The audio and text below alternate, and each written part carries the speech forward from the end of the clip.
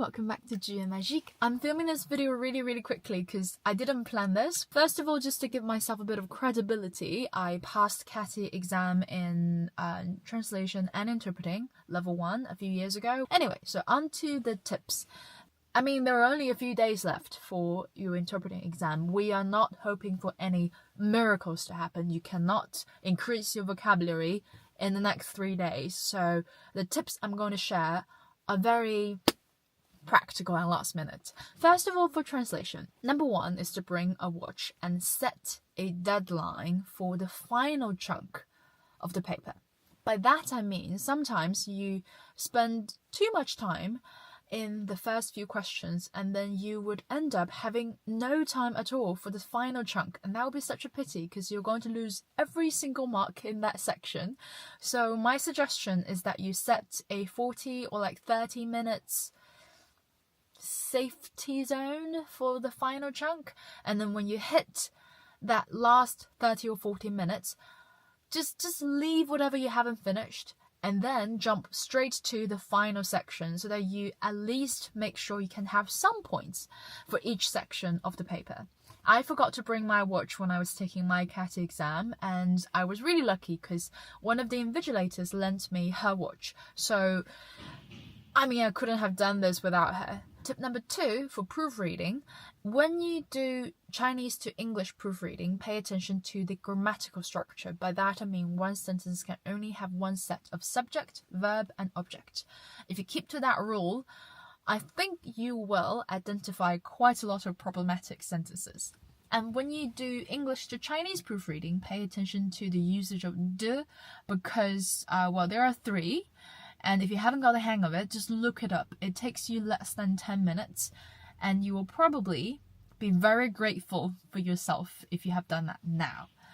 And the third thing for translation is that I know you can take your dictionaries in, but please don't rely too much on it, and please don't look it up when there is like one word popping up and you don't know the meaning or the definition of that particular word. Wait until you have like 3 or 5 words, and then you take your dictionary out and look them up together. So you kind of batch the words you don't know, and then it saves time. And sometimes when you see other people just like fiddling with their dictionary and you feel kind of nervous thinking, oh my god, they are looking for good expressions, don't panic. Just keep it to your own pace. That's for translation. And for interpreting, okay, this afternoon I had an interpreting session and I concluded that a lot of my students tend to do a lot of in their interpreting, and that doesn't really help. So tip number 1 is to cut off all the fillers. If you can't really curb your tendency to do just bite your tongue and then you will be silent for that second. I mean, even being silent for a split second is better than like all the way through. Second tip, but don't bite yourself like too hard.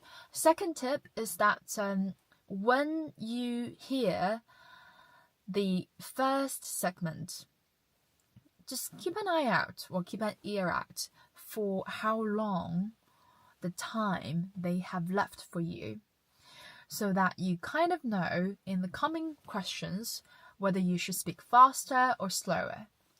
And the last tip for interpreting is that please don't backtrack. I know sometimes when you finish translating and suddenly a better word comes to your mind, but please just forget about it, because having backtracked sentences is way worse than having a mediocre sentence but no backtracking. Trust me, it sounds way better. And probably the final tip is to don't let it show even if you're not really certain of your answer. Please don't go like, oh, and the president thinks that maybe you should, just don't let people notice that you are uncertain of what you're translating. And that's really important.